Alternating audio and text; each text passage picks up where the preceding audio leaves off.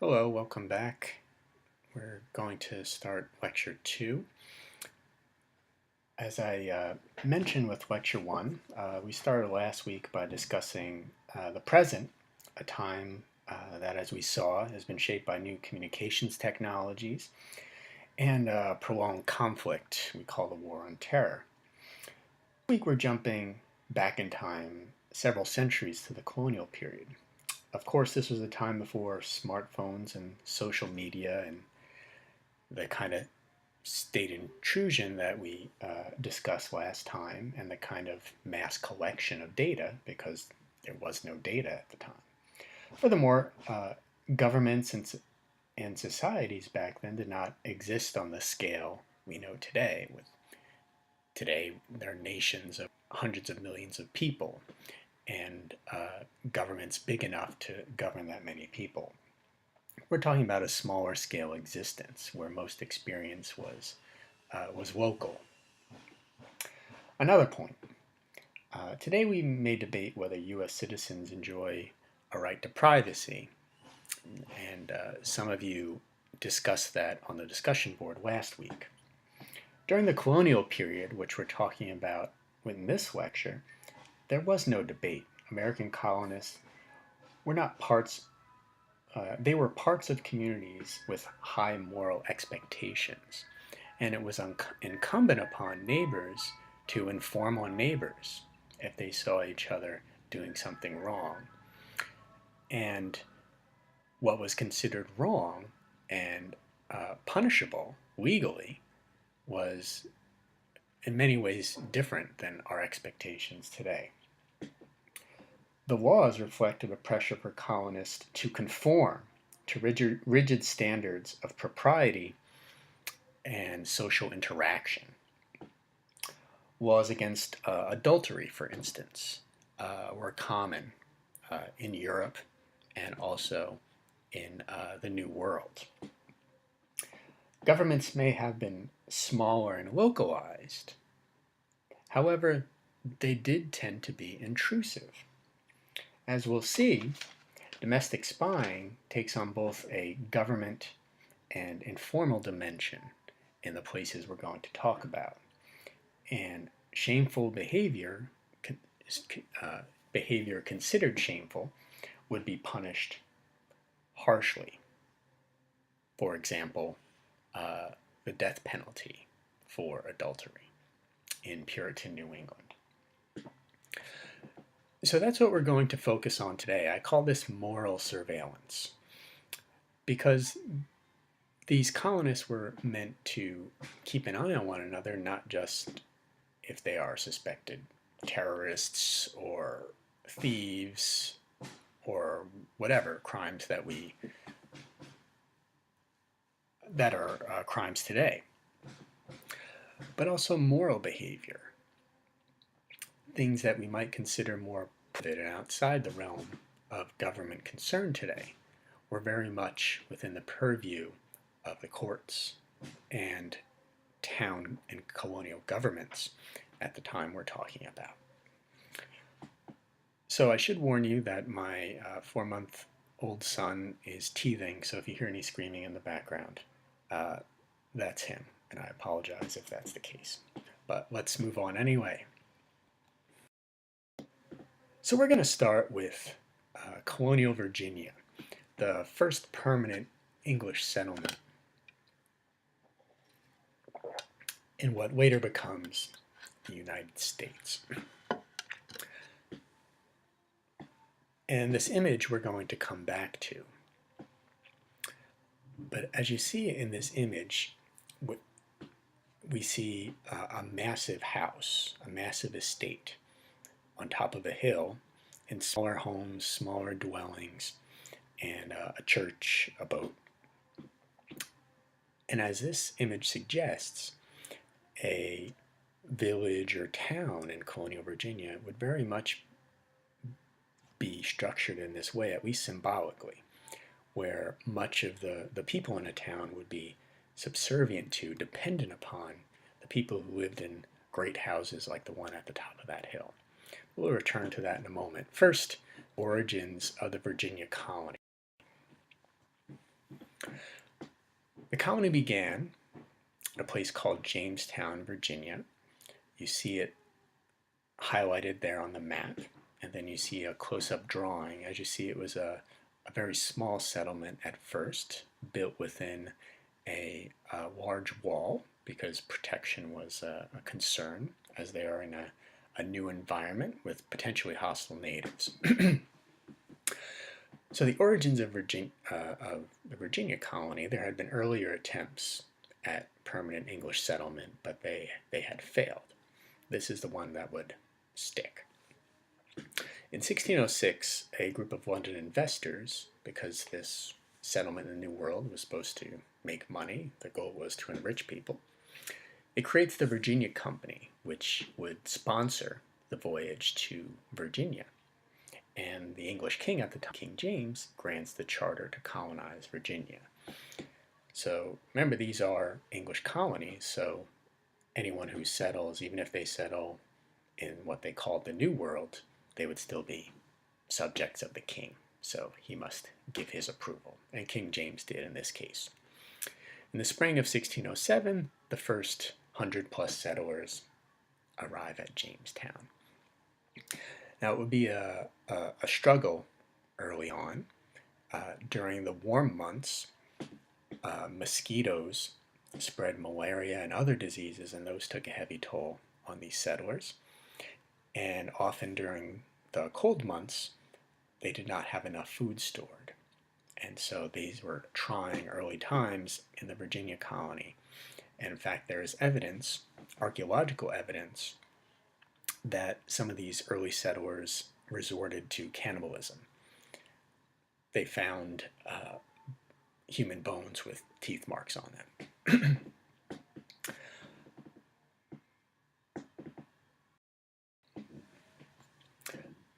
Despite those early struggles, this colony would survive and eventually thrive. It would eventually thrive thanks to tobacco. The introduction of a productive strain of the tobacco plant and the selling and trading of tobacco would be the lifeblood of the Virginia colony. So whereas tobacco is the savior, the colony still has to do the work of maintaining itself, governing, and also doing the work of planting, growing, picking that tobacco. So the year 1619 captures kind of the contradiction of English America, and a contradiction that would last two plus centuries after this date. It was in 1619 that the governor organizes the first representative assembly in Virginia. In other words, a lawmaking body in which people living in the colony actually select representatives. Now, as you probably assume, hopefully correctly, when I say representative, this wasn't a democracy by any stretch. These representatives were chosen by a very few people. But it is a small part of the tradition that continues to today as democracy has only grown. It was also in that year, and this is the contradiction, that the first documented slaves arrive in Virginia. So at the same time that colonies enjoyed some measure of freedom, some measure of self-government, they also had a large population of people who lacked freedom. And that was one of the distinguishing characteristics of the Virginia colony, is that the vast majority of people in this colony were pretty poor. And compared to New England, which we'll talk later, there were far more servants, far more slaves in Virginia and the South in general, the southern colonies in general. So let's talk about the way they organize themselves. So we're kind of setting up some context here, and then we'll talk about this idea of domestic spying and how it relates to society in colonial Virginia.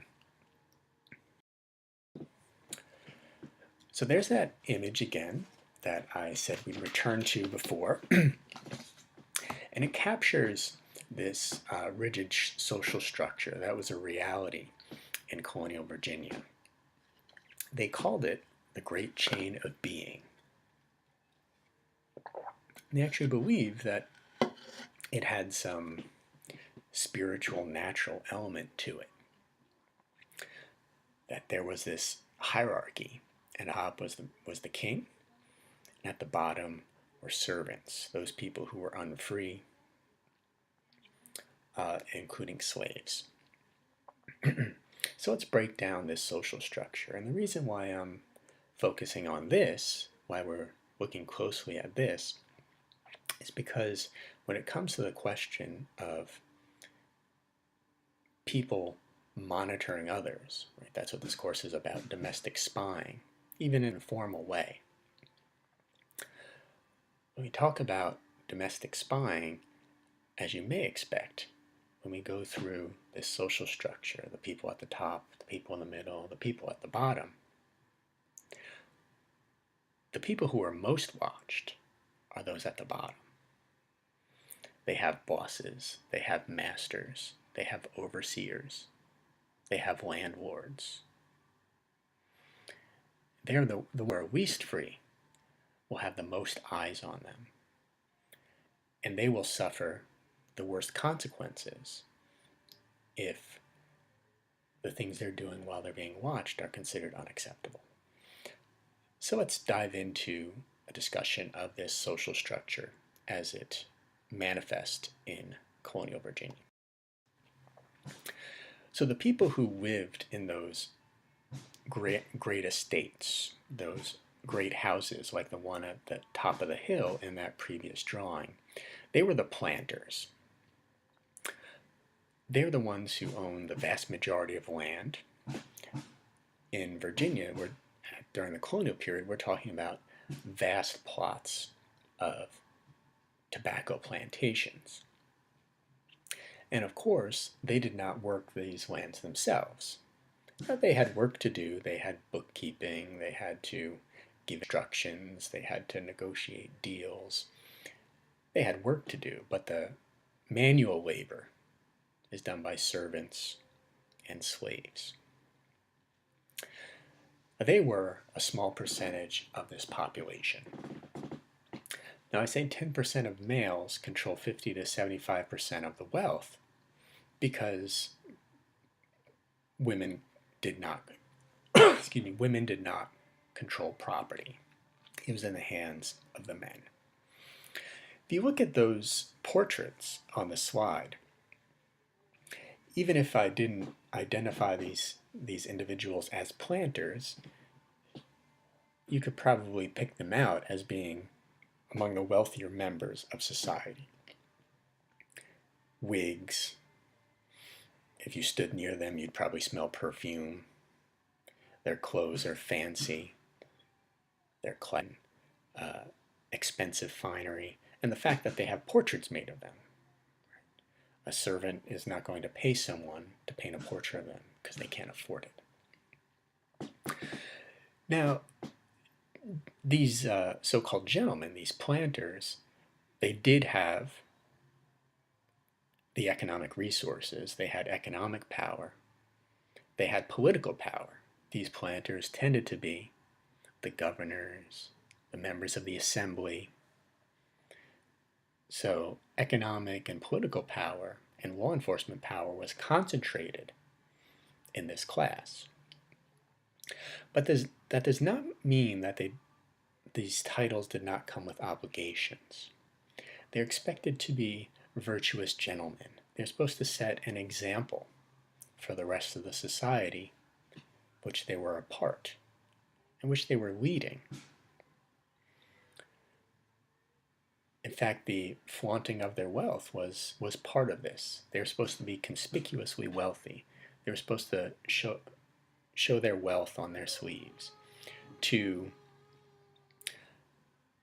make clear to others how well educated they are, how well refined they are, and to be gentlemen, to treat their servants well, within reason. Of course, they allowed to punish their servants or have others punish them on their behalf. Be good husbands. And when the time comes, to serve the public good, meaning serve in that assembly, serve as a judge or justice of the peace. 2. Self-sacrifice when the time is right. This is later on, but of course George Washington, first president of the United States, was a Virginia planter. But when time came, he left his vast estate with its slaves and servants and served in the military. That's him living up to his duty as a gentleman.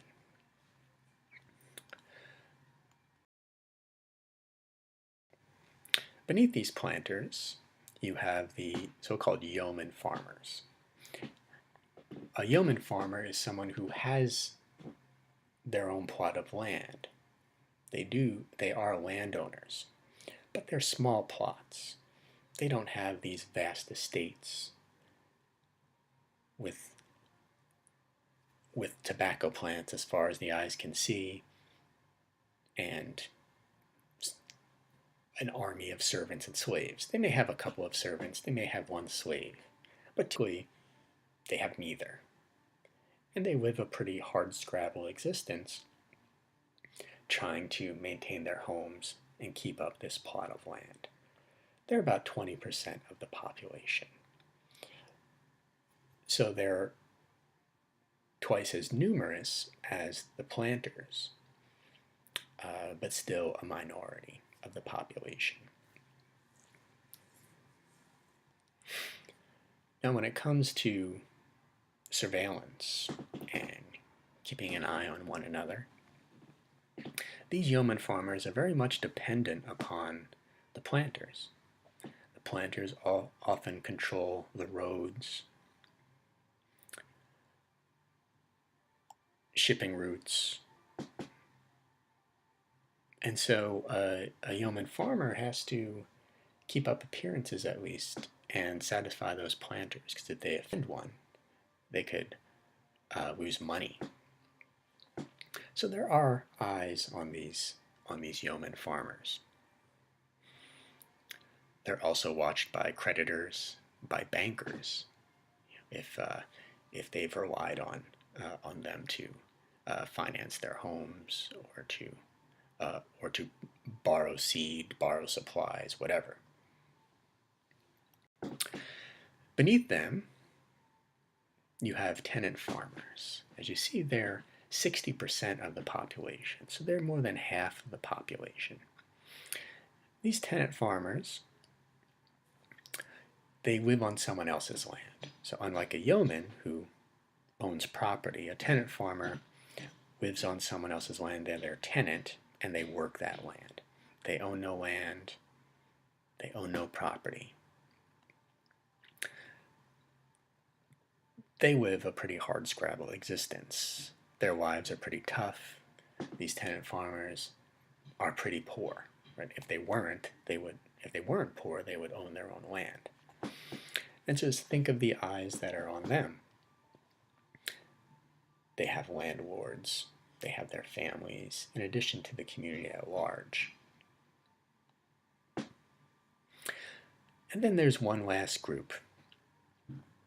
They are the most watched, the least free, have the least privacy.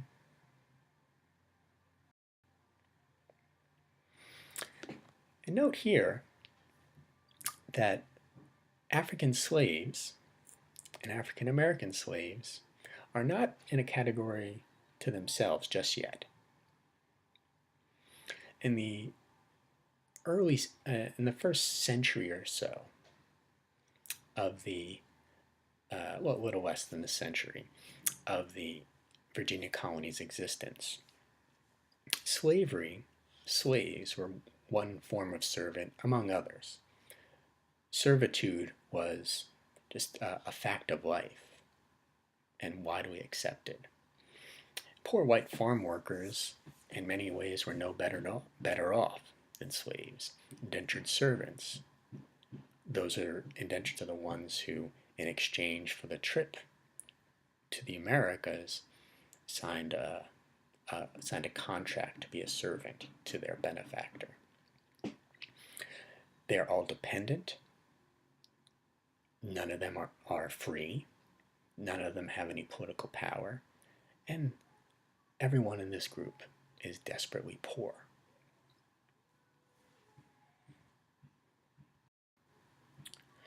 And so they are at the bottom of this so-called great chain of being, which affects every aspect of daily life. The planters are like peacocks. They're supposed to display their fine feathers. And they do that with balls and cotillions by building those massive estates and great houses. Those great houses had a functional purpose. It was hot, it was humid in this area, and the big homes were easier to air out. But at the same time, they're also a symbol of their wealth, of their status, of their power. Their clothing showed this, their home showed this. But as I mentioned earlier, there was an expectation of these planters not to run roughshod on people. The expectation was that they were supposed to be virtuous, cultivate the best in themselves. And as a part of that, these expectations of gentlemen, it's what was known as deference and condescension. There are these rituals that govern social interaction, particularly between the classes. So if it's a planter interacting with a yeoman or a tenant farmer, the person of lower class is supposed to defer to the planter, meaning bow to them or let them pass on the sidewalk or on the street, tip their cap. Whereas, in this ritual, in this sort of performance of class, the gentlemanly planter is supposed to condescend, meaning they would do something like, "Oh no, please, kind sir, no need to tip your cap to me, and please, you go ahead." That was supposed to be a sign of their gentlemanly virtue. So these interactions are very scripted. And I bring this up because if we're talking about domestic spying, even in an informal sense, right, we talked about that last time, spying isn't just a government agent keeping tabs on an enemy's nuclear program, for instance, but also like Jimmy Stewart in the movie Rear Window, keeping tabs on neighbors. These rituals of interaction, this performative aspect of the social structure in Virginia, was maintained by the laws and also by custom. So if, for example, a servant did not defer, show deference toward a planter, that person could be beaten. Servant could be beaten, punished right there in public for failing to follow that code. So there is this kind of community pressure with neighbors watching neighbors, making sure that they conform to the standards of this rigid social structure. So in these social relations, now of course, as I mentioned in the last group at the bottom of this social hierarchy, there are slaves. And I said at the start of the colonial period, slaves were kind of like one category among many kinds of servants. Over time, that would change, and slavery would become something more like the system that you're probably more familiar with whips and chains and race-based. There would be laws passed saying that slavery is inherited from the mother, which would ensure that slavery would be a race-based institution. And when it becomes a race-based institution, when servitude is race-based, slaves become even more vilified, more marginalized, and more brutalized. And of course, when somebody's a slave, they are the least free and the most watched of any group in colonial Virginia society. Of course, a slave society is kept together, maintained through force, through violence. These slaves are closely monitored. They have masters and mistresses and overseers. And when I say mistress here, I don't mean a married man has a woman on the side. What a mistress is the wife of the master, and she usually is in charge of the household. So she is overseeing the domestic slaves, which is where African American women tended to work in the household, raising children, cooking, cleaning. They would fall under the watchful eye of the mistress. Those slaves in the field, mostly men, were watched by overseers. They were the people, the men armed with rifles, whips, some kind of clubs, some kind of weapon, to ensure that slaves did their work. And the threat of violence was ever present. If they were working too slowly, if they were sick, if they talked back, or from time to time just a slave would be made an example of to the others, to put fear in their hearts and keep them working.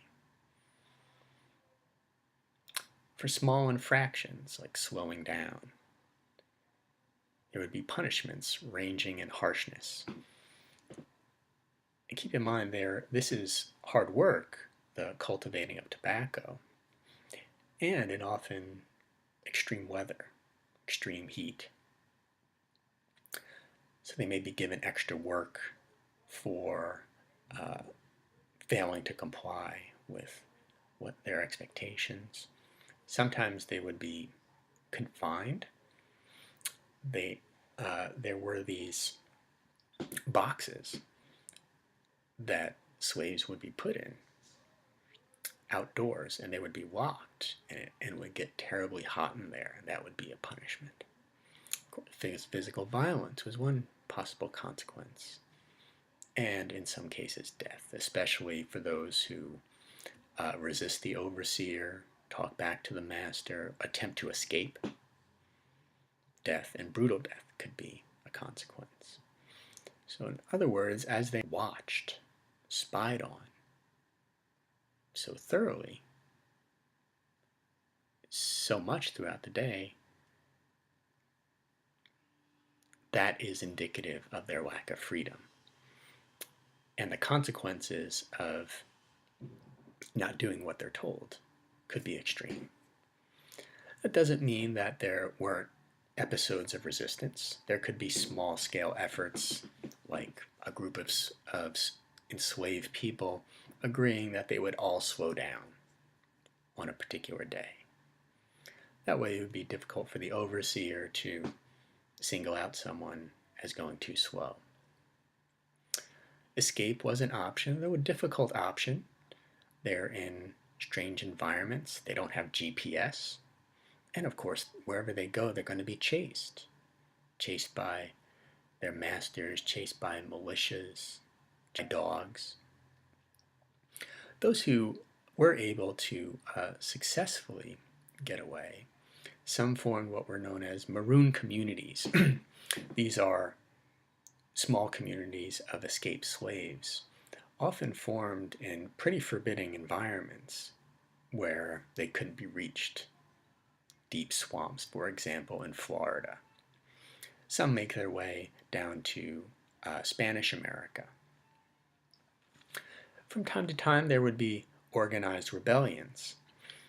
In September 1663, a county in Virginia called Gloucester County, something called the Gloucester County Conspiracy took place, in which together white servants and black slaves conspired together to march upon their masters' homes and make demands for better conditions. Now, they didn't get what they wanted. In fact, following this, there was a crackdown and harsher rules and laws were put in place. So this shows how the risk of resistance, there were major deterrents to resisting and attempting to run away.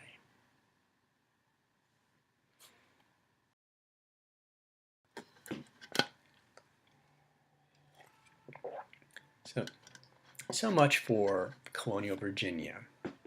To sum up, it was a society where there were high moral expectations of planters, where they were supposed to be virtuous and kind and charitable and giving of their time. And there could be pressure put upon them by others in the planter class. But those who were the most monitored, the most watched, the most restricted in their lives, of course, were people lower in that social hierarchy, lower down in the great chain of being, particularly when you get down to poor landless farmers, indentured servants, and especially slaves. They are watched by their landlords, by their masters, by law enforcement. It's a very confining existence. So what you have in that case is a kind of mingling of social community pressure, which can sometimes result in public shaming, but then you also have legal dimension to it as well. That would be true of Puritan society in New England as well. In Puritan society, we'll discuss, many of you may know this, but we'll discuss what it meant to be a Puritan in the 1600s in just a moment.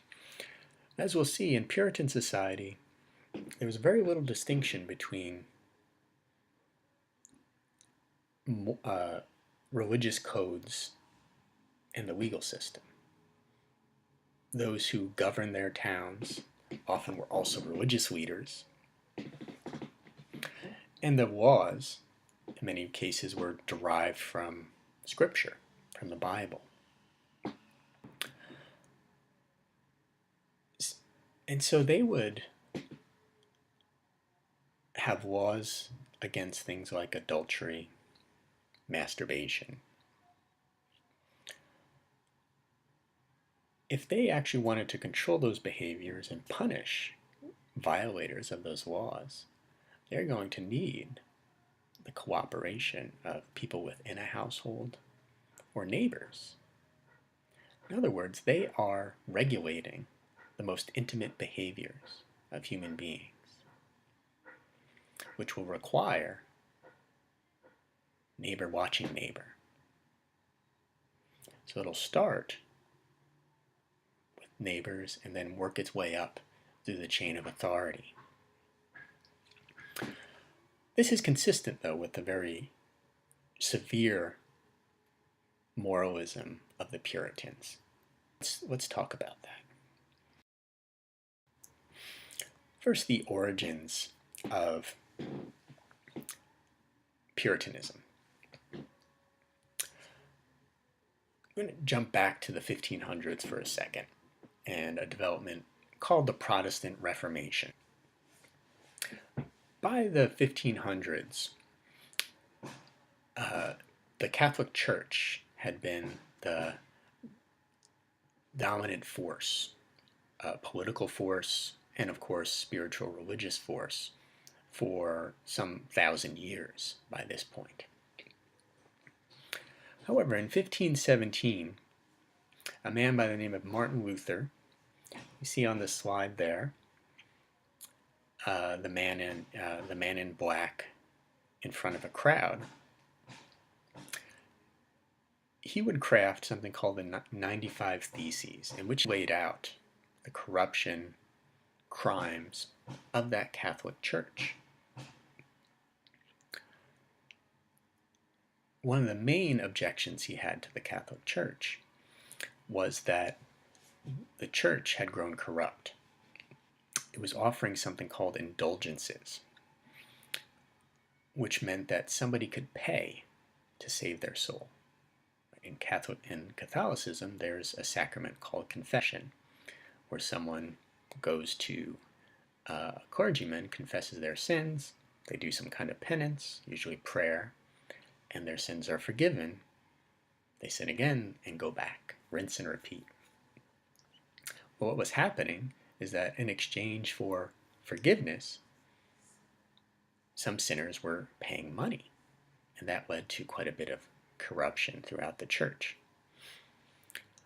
Martin Luther and other followers of him also believed that the Catholic Church was deviating too fully from Scripture, that it was too concerned with the worldly, with what was going on here on earth, whereas Martin Luther and others like him were concerned about their eternal souls, salvation in the afterlife. And so his protest against the church, by the way, Martin Luther was a monk. He was in the Catholic Church, so he was a critic from within until in 1521 he was excommunicated, expelled from the Catholic Church. And then he would start Lutheran churches and have benefactors throughout Europe. On the other side of that slide, that is Henry VIII, who was a king of England. In the 1530s, he broke away from the Catholic Church. The Catholic Church was a dominant force in England, as it was in many places in Europe. Instead, Henry VIII established the Church of England, or the Anglican Church. That because the Catholic Church would not grant him right away a separation from his wife, an annulment of his marriage, because his wife had not given birth to a son, and so there was no clear heir, and he wanted to marry his mistress. So he ends the English crown's relationship with the Catholic Church, establishes the Church of England, which the king is the. Okay. So these are both relevant to understanding the Puritans. The Puritans are Protestants. They are virulently anti-Catholic. And Puritans are members of the Church of England, but they are critics within the Church of England. They want to purify the Church of England. That's where the term Puritan comes from. Okay? So let's look a bit more deeply at Puritans. Understanding their theology is critical in understanding their legal system, their modes of government, their codes of behavior, and how and why they kept tabs on one another, which of course is the point of this course. So who were the Puritans? Let's look a little more closely at them.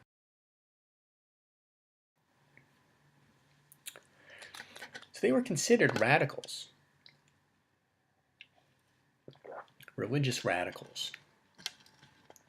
Mainly in England, some in Scotland. Some of them would leave England and find their way to the Netherlands, but they were virulently anti-Catholic. How anti-Catholic were they? They literally believed that the Pope wore a tall hat because he was hiding devil horns. That's not a metaphor, it's not a symbol. They actually believed the Pope was the devil. And so one of their critiques of the Church of England from time to time was that it was too close to the Catholic Church. When they say they wanted to purify the Church of England, often what they meant was make it less Catholic. Puritans in England tended to be middle class, professionals, urban, living in towns. In fact, the first wave of Puritans to cross the Atlantic and settle in Massachusetts, 3/4 of them paid for their own trip. That showed that they had some, that they were part of the middle class.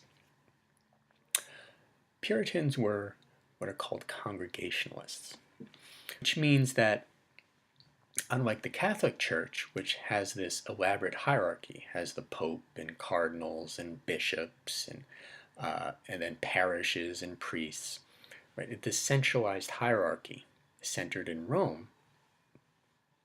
Today it's centered in Rome. Congregationalists, on the other hand,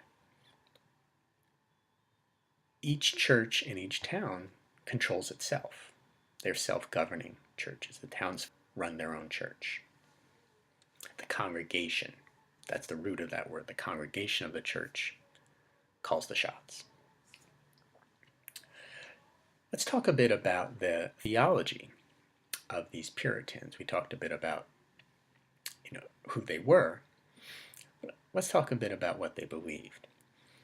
Now, note on the slide here, they are believers in Calvinism, and that's the picture there. John Calvin was a theologian who interpreted the Bible and influenced these people who would call themselves Puritans. Note in that bulleted list there under believers in Calvinism, the underlined letters spell out the word tulip. T-U-L-I-P. So each letter stands for a piece of the Puritan theology. So let's take a look at that. The first belief was that human beings were depraved, total depravity. What that means is that human beings are born with original sin, and human beings are naturally sinful, prone to temptation. One of the reasons why harsh discipline of children was acceptable. They also believed, as you see in the next bullet point, unconditional election, the U in tulip. What that means is that if someone is elected, chosen to be for salvation in the afterlife, it is without condition. In other words, good works are not the ticket to heaven, to sitting at God's side. That's something that the Catholic Church taught. Give to charity, do good works, be a kind person, that confess your sins, and that gets you into heaven. Calvinists believe that God chose who is going to heaven, who is going to be saved, without condition, regardless of whether they could do good works. And as the L in tulip tells us, they believed in limited atonement, that only a select few would be atoned, meaning would be saved. Limited atonement. So let's look at these first three again. Human beings are depraved, prone to sin. They have to overcome those impulses. If somebody is selected for salvation, goes to heaven, it's without condition. It's not contingent upon their behavior, their work, their good works. Only a select few are chosen. The eye tells us that God's grace is irresistible. God has elected a select few for salvation, and there's no questioning. Grace is irresistible. And then finally, the P, perseverance of the saints. Meaning that once one is saved for eternity. One perseveres as a saint. In this case, saint means those people who have been elected for salvation. So it's a kind of peculiar theology maybe to us. And you may think, well, if election is unconditional, what would stop anyone from just being the biggest jerk in the world? Well, these Puritans had a strict moral code, and they were taught, that one should, even though one didn't know if one was elected for salvation, one should behave as if you knew you were elected, as if you were expected to. They should read the signs. Like if somebody was a prosperous businessman or a prosperous farmer, they would say, oh, that person, God is showing them favor. That must mean good things for them in the afterlife. They would look for signs like that. Or on the other hand, if their crops died for the second growing season in a row, God must be looking upon them with disfavor. Or they can't bear children, they must be among the elect. So they would look for earthly signs for what was to come in the afterlife. But this question of am I saved or not would cause no small amount of anxiety. One 20th century writer said that a Puritan is someone who lives with the dreadful fear that somewhere someone is having fun. Right? That's the stereotype of Puritans, that they're very stern, and sure, to be sure, they did have an austere form of worship and were very dedicated to their God and their beliefs. But as we'll see, they also had room for fun.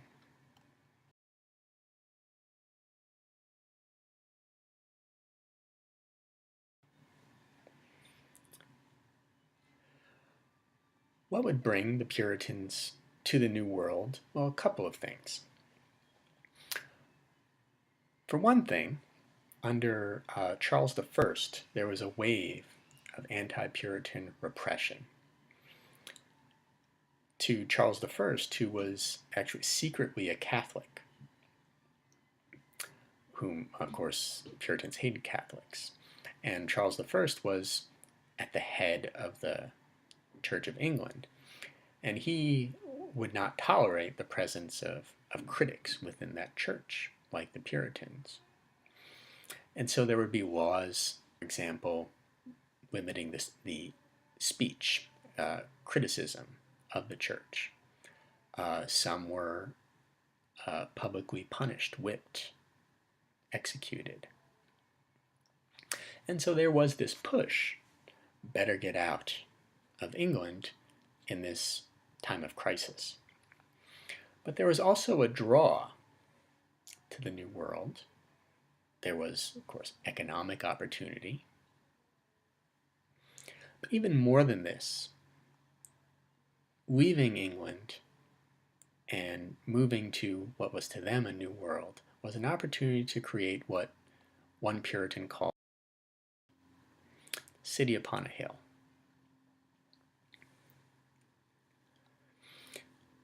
This describes the Puritans' desire to establish what they called a godly community as a model for England to follow. To put that another way, they saw not only the king, Charles I, they not only saw the monarchy and the Church of England as corrupt, but they saw English society as being corrupted.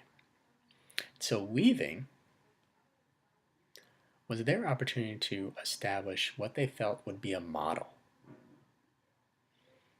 This city upon a hill, if you picture that as a metaphor. If a city is upon a hill, it's high enough for others to see it, so they can follow that example. So as we'll see, they're very selective about who can join these communities, who can stay in them, and pretty strict in the rules.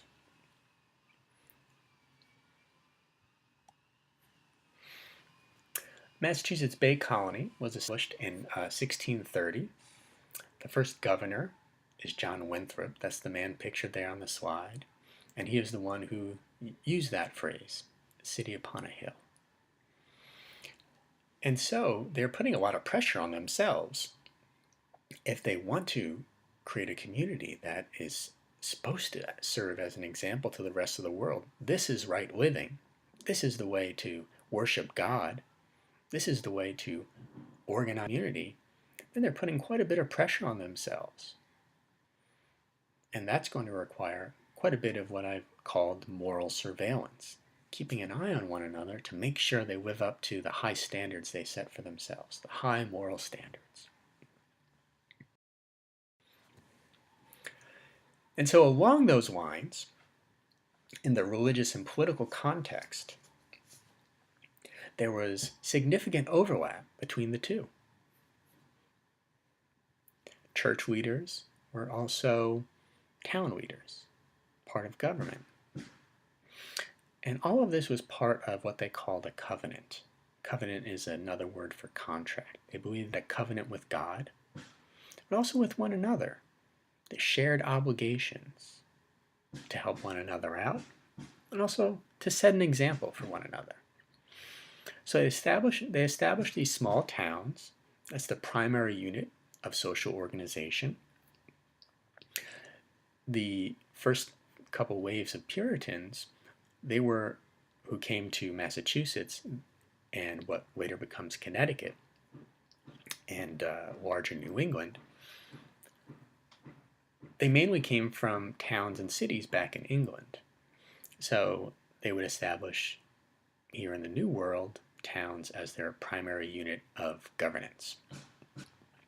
They established congregational churches, which, as I described earlier, those are churches that are controlled by the church members, local control. Now, I don't want to suggest that this was democratic. Right? There were church elders, there were church leaders who had quite a bit of say.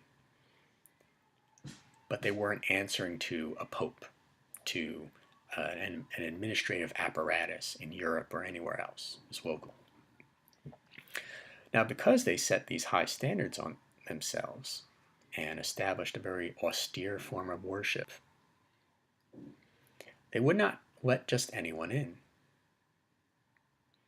Membership in these churches, in these towns, was not automatic. And even remaining in those towns was not assured.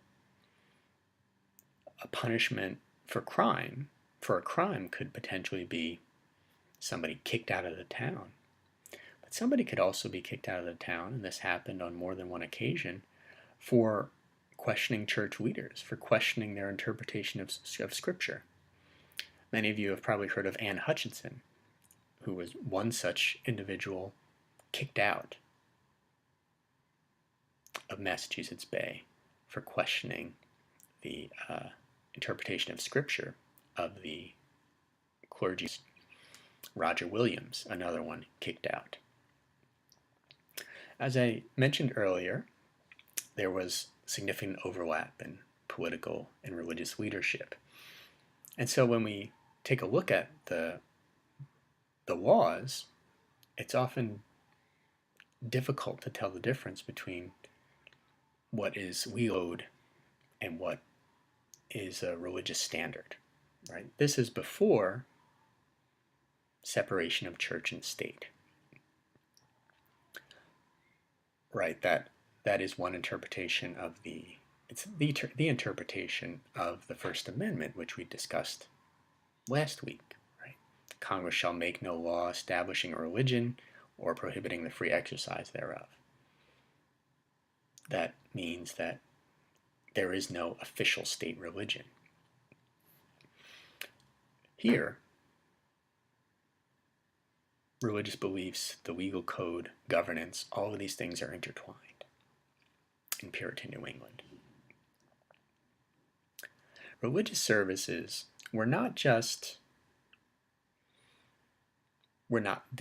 serve the function of hearing scripture and what typically goes on in a church. They were also community building. This was an exercise in maintaining and building communities. And one part of religious services, this was typical. Sinners were called up to rise and, quote, take shame upon themselves. Those are the words of one clergyman. Take shame upon themselves. So in other words, these are people volunteering to confess their sins to the town, to the congregation in front of them, and accept that shame. Now here, they're trying to get around the need for spying on each other. But well, if somebody will just admit to their sins, then that avoids the need for spying. But see, there of course was a need for domestic surveillance of one another, keeping an eye on one another, for things that we're not accustomed to being crimes today. So we're going to talk about some family life, the rules that governed sex and marriage, because these are very intimate parts of the human experience, ones that we consider private. Right? We talked last week about the right to privacy. And you hear often today, the government shouldn't be in our bedroom or in our kitchen, or shouldn't tell me who to love. The Puritans did not hesitate to tell people whom to love, what to do in bedrooms.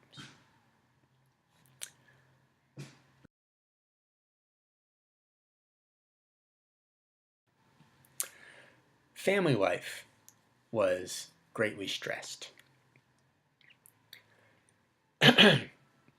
As you see, they tended to have big families. By the 1730s, so within a century of those first settlers, the average family had 10 children. That's the average. So that means many who had more. Now, to be sure, it wasn't uncommon for small children to die because they didn't have, of course, the healthcare know-how and medicine that we have today. And children have more vulnerable immune systems. So just if a family had 10 children doesn't mean that all 10 may survive into adulthood. But they were a highly fertile community. One of the reasons for that is that birth control within marriage is condemned. Their church elders and teachers and other Puritans, they embrace intimacy within a marriage, but attempting to prevent pregnancy is not an accepted practice. Since we're talking about, in this course, domestic spying, let's talk about where children stand. Children, particularly today, are the most watched, monitored people in society. Right? What do we call it today? Helicopter parenting.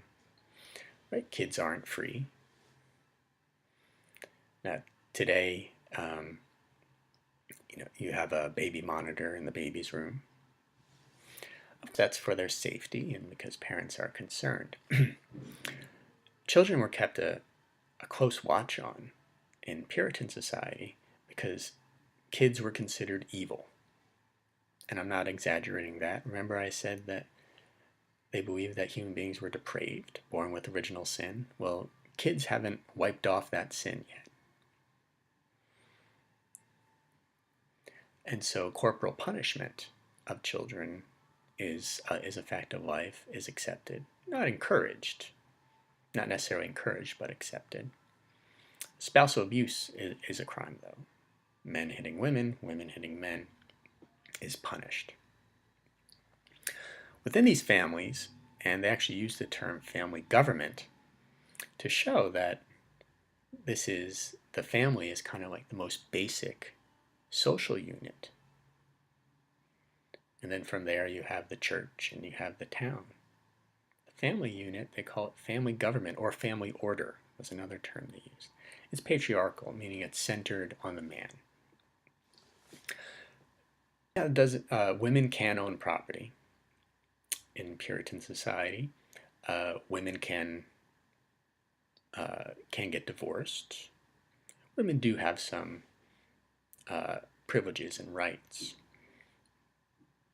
But at this basic level of social organization, the man is in charge. That's what patriarchy means. And so that means one of his jobs is to kind of keep watch on the family and to enforce discipline. It could be of his wife, and of course it is of his children. But those benefits of being the center of the family and the one in charge also come with obligations. They call that a covenanted family. Remember I said earlier, covenant means a contract. But there are these mutual obligations. A man owes his wife certain things, a wife owes her husband certain things, parents children certain things, children owe parents. It's particularly the young were supposed to revere the older. Siblings owed each other something, and so on. There were this web of mutual obligations. And so how does one make sure that people live up to their obligations and do what they're supposed to? Well, by family pressure, by communal pressure, keeping watch on one another and making sure that people live up to their obligations. So that's a kind of informal domestic spying. Some of these Puritan communities even went so far as to ban unmarried people.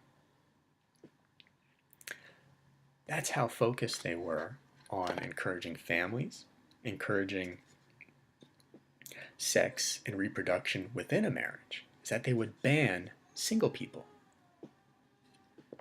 No new single people allowed. Remember, as I said earlier, these places are exclusive. Not everyone is allowed in. Not everyone is allowed to stay in these Puritan communities.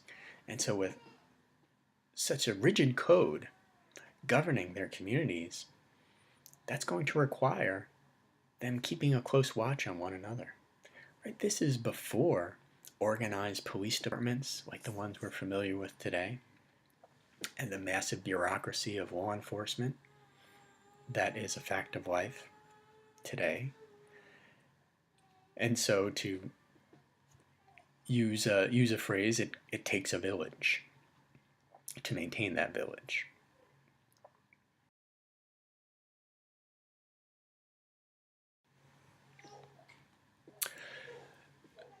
So let's look at family in other ways. And so we just talked about the stress placed on marriage and family.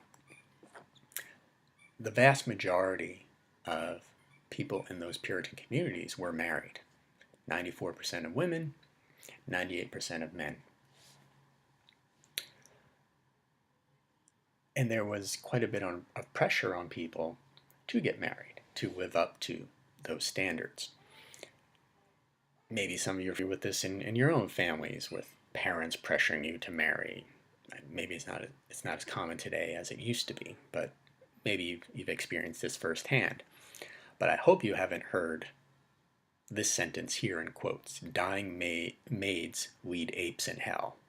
This is from a Puritan preacher who says that a woman who dies never having married is going to go to hell and lead apes. She's akin to an ape burning in hell. So women who were unmarried, especially those who were older and had never married, were kind of outliers, were kind of shunned and frowned upon. And there could be a host of consequences for that. As we'll see, and you'll read about, many of the women targeted in the witch trials were single women or women who didn't quite conform to societal standards. They were ostracized.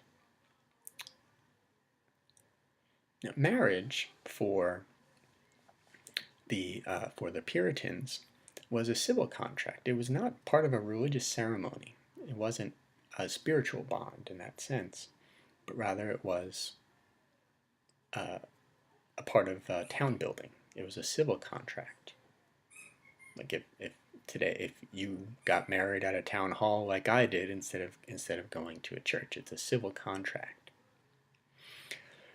Now, Puritans, they get a bad rap for being very severe and dour and always wearing dark colors and being sticks in the mud. But they were expected to fall in love before marriage. These weren't arranged marriages.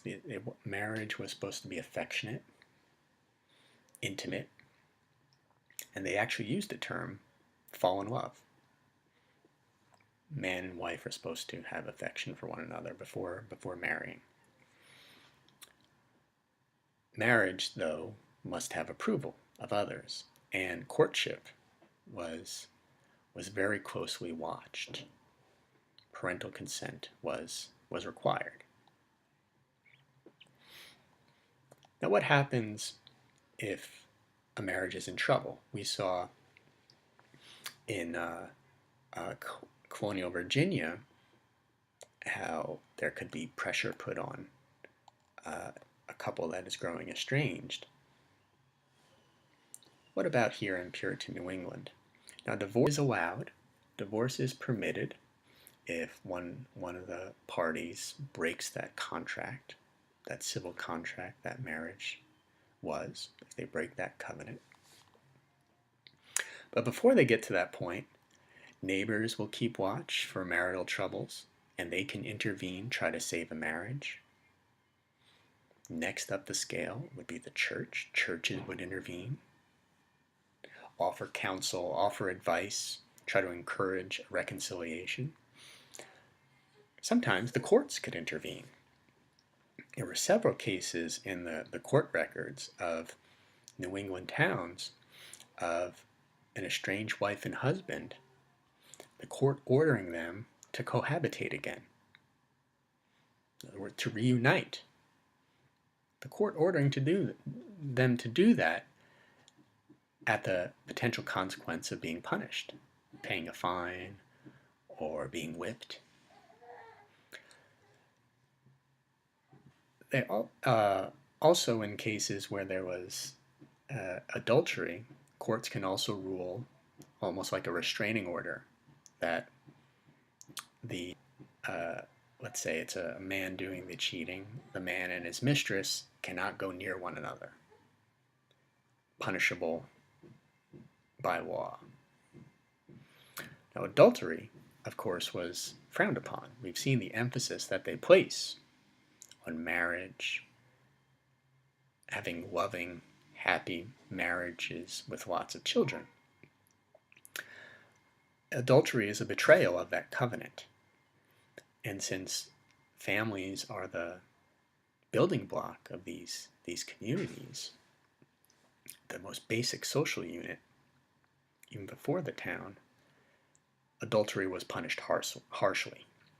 It could be fined, whipped, branded, shamed in public. That often involved somebody standing on the gallows with a noose around their neck, a rope around their neck. Now, they wouldn't actually be hanged, they wouldn't be executed, but they would stand there in public with their shame on display. Now, there are 3 recorded cases of people being executed for adultery. Can you imagine adultery, a capital crime?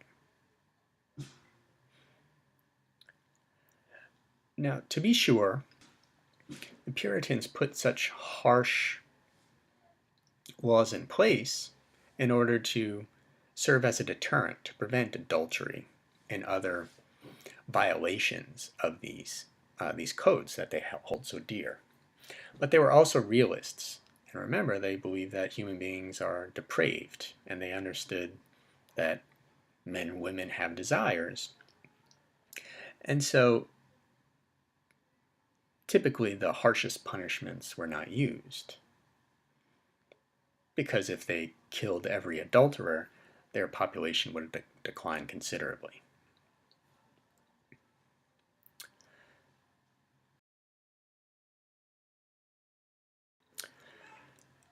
Now, how closely were couples watched? Well, prior to marriage, look at what's going on in that image. There's a man and woman courting one another on their way, eventually, they hope, to be married. And they're actually in bed together, but separated in what they call bundles. It means they can't move their arms, they can't move their legs, they're tightly restricted. And look, the whole family is watching. So courtship was heavily supervised.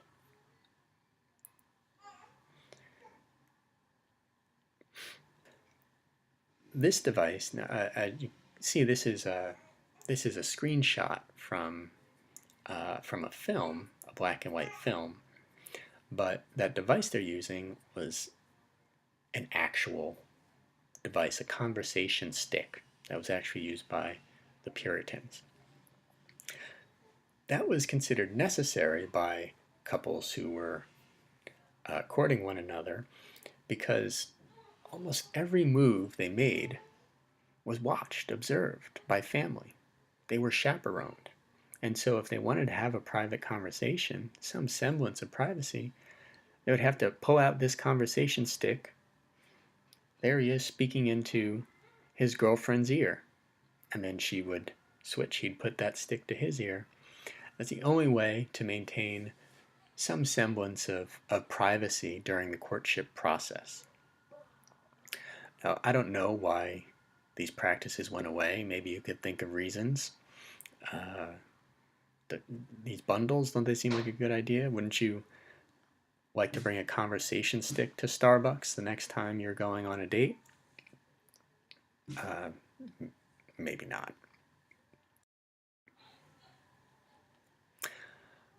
Oh, forgive me, this is a repeat slide. This is what happens with troubled marriages, so we'll move on. Now, when it comes to sex, of course, it is encouraged within marriage, as we see, average of 10 children by 1730, and they Puritan elders, church leaders, they did not just embrace sex as procreation, but also as an expression of love between a man and woman. But outside of marriage, it was strictly forbidden. Premarital sex punished by fines, imprisonment, forced marriage, sometimes whipping. Pleasuring oneself, a crime. Sodomy, a crime, usually punished by hanging. Falling under that category would be homosexual sex. That was punished by death. Bestiality, also punishable by death. As one unfortunate man by the name of George Spencer learned. George Spencer was a Puritan in New Haven, That's in Connecticut.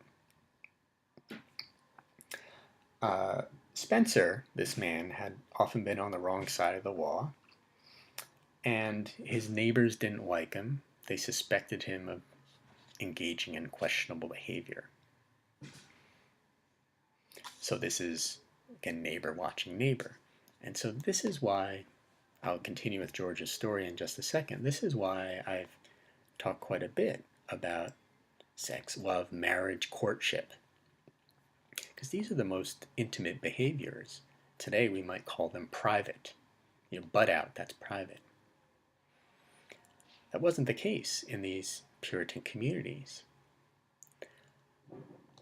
But then the question becomes, well, if you're regulating these most intimate of behaviors, how are you going to know they're going on? How is a judge, how is a clergyman, a town elder, how are they going to know that these private, intimate things are going on, these things that are frowned upon, these things that are criminalized? Well, they're going to rely on other townsfolk, keeping tabs on one another, making sure that the rules are followed. This is kind of that slogan, if you see something, say something. Speaking of that, let's return to George Spencer's story. As I said, his neighbors kept an eye on him, didn't like him, suspected that he was doing toward things, maybe illegal things in his home, and occasionally he was punished from time to time for minor offenses.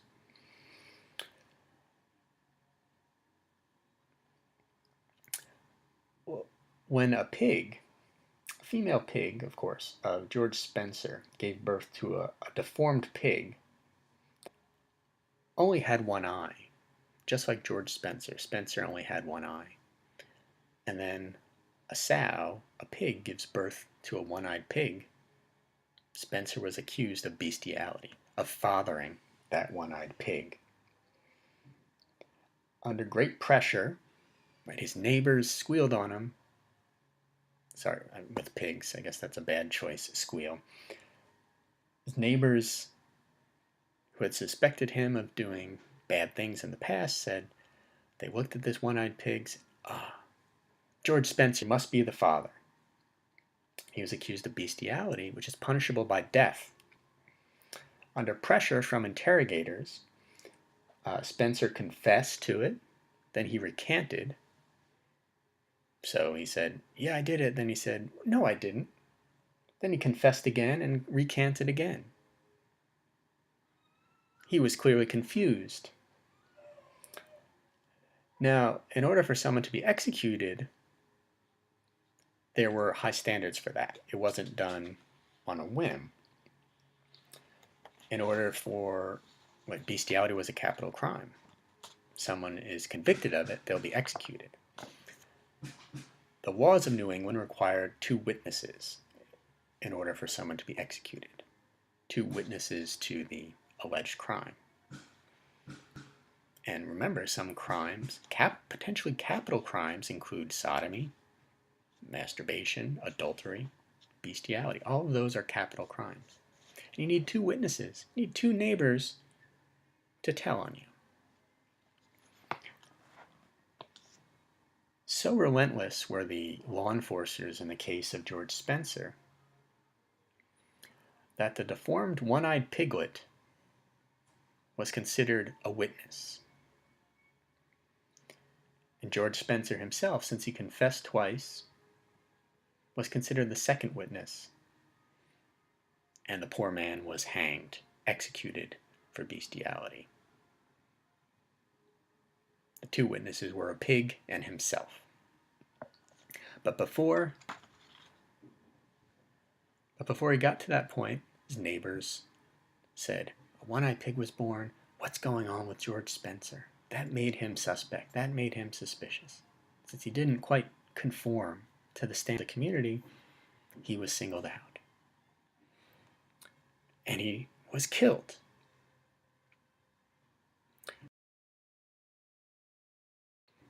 Probably the most infamous example of people telling on one another, monitoring one another, and there being hefty consequences are the Salem witch trials of 1692. Now, to clarify, the trials did not just take place in Salem. Salem was in many ways the center of this. But as you'll read, and as some of you may know, there were neighboring towns where also trials took place. Now, we talked a bit about Puritan spirituality and theology. Now, to them, God was not some distant creator, a man up in the clouds that they prayed to. Rather, their spirituality was a living thing. They saw the hand of God if someone in their family got smallpox, or if a cow stopped giving milk, or if they had a bad harvest. They saw spiritual elements in that. God was an active presence in their lives. But if God is active, who else is active? The devil.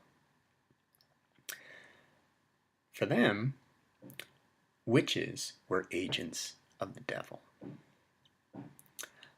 And that quote on the screen there, that passage from the Bible, "Thou shalt not suffer a witch to live," was a code that the Puritans lived by. Those suspected of witchcraft were questioned very deliberately, and if convicted, punished very harshly.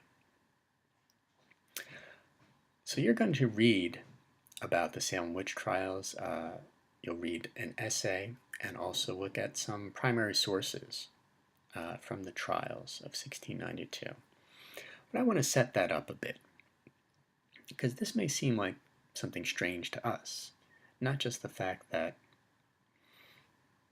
not just the belief in witches in this sense, but also how could it get to this point? How could rational beings get to the point where they're executing people for witchcraft?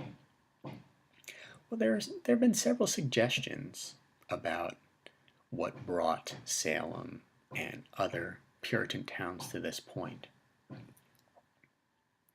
Now, of course, they did not have the kind of scientific knowledge and medical know-how that we have today, so they couldn't quite explain the world around them in the kind of detail we can today. And so they attribute much of what they witnessed to the supernatural, the work of God, or the work of God's nemesis, the devil, and the devil's agents. So that's one explanation. But more specifically, there have been suggested a number of reasons of why there was so much pressure mounting, boiling up within Salem and other Puritan towns. One, threats from Native Americans. As we talked about, in times of war or conflict, surveillance amps up, fear amps up, fear that sometimes becomes paranoia. Also, there had been, a few years earlier, an outbreak of smallpox. Disease outbreaks, loss of life can also amp up fear, anxiety, paranoia. Some have also suggested that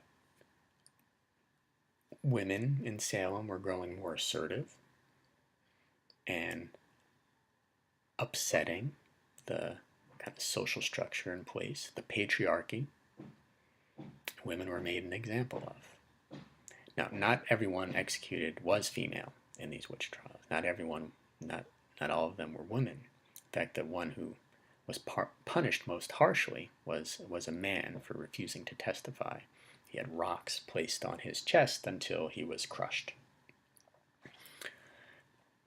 So there are a variety of explanations But certainly these trials were driven by fear. And these trials would not have taken place without informants, without individuals in Salem and in other towns singling out others. This person, I think, is a witch. This person practiced witchcraft. This person is suspicious. So in other words, this is an expression of domestic surveillance. Strangely, in these trials, now this isn't quite as bad as having a pig as a witness, as in the George Spencer case, but small children would act as witnesses in these trials, like a 4-year-old.